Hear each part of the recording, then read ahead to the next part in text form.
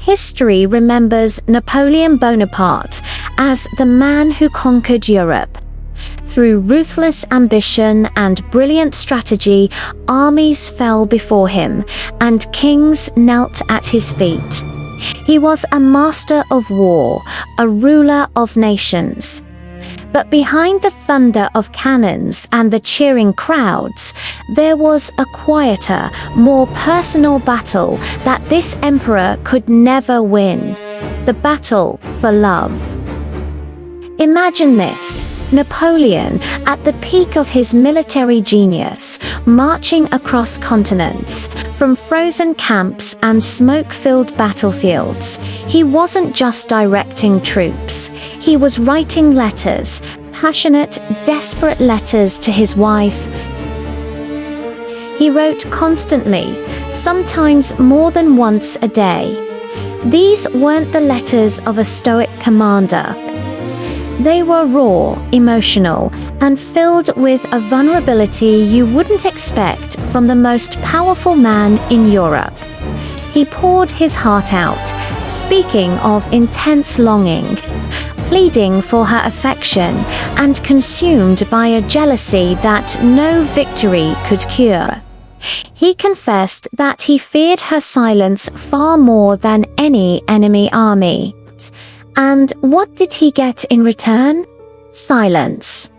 Joséphine was back in Paris, living a life of glamour, parties, and adoration. While Napoleon was shaping the destiny of a continent, she was the star of the salons. Her replies, when they did arrive, were infrequent. They were short, polite, and carefully distant. Each cool, measured word was a quiet rejection, a dismissal of the fiery passion he sent her from the front lines. The distance between them wasn't just measured in miles. It was a vast, growing emotional gulf. As Napoleon's power grew, his letters began to change. The desperate lover started to fade, replaced by the emperor. The intimacy was overshadowed by orders, the longing by a sense of duty.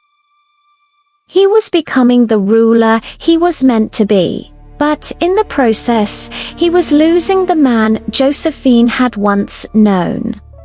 The power he gained on the battlefield could unbridge the gap that had formed in his own home. He could command 1,000,000 soldiers, but he couldn't command a single heart to love him back. In the quiet hours of the night, surrounded by maps and victory plans, do you think he felt his triumph, or did he just feel the weight of waiting for a letter that would never come? He had an empire at his feet, but the one thing he truly craved remained agonizingly out of reach. He had conquered so much, yet he couldn't conquer the heart of the woman he loved. Eventually, the story took its inevitable turn. Napoleon divorced Joséphine. It was a cold, political decision. He needed an heir to secure his dynasty, something Joséphine could not give him. Power had demanded its final price. He replaced her with a new empress, had a son, and secured his legacy.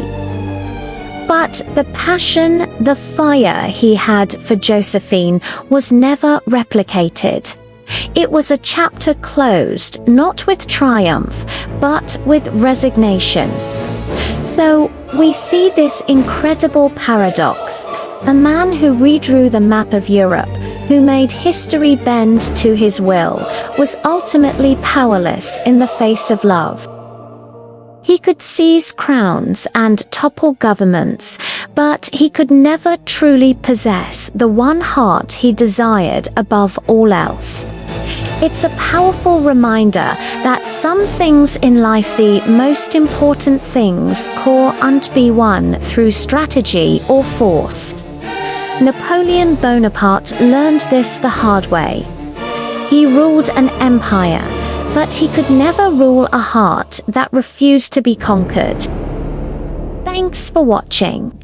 If you found this story as fascinating as I did, make sure to like this video and subscribe for more hidden histories. See you next time.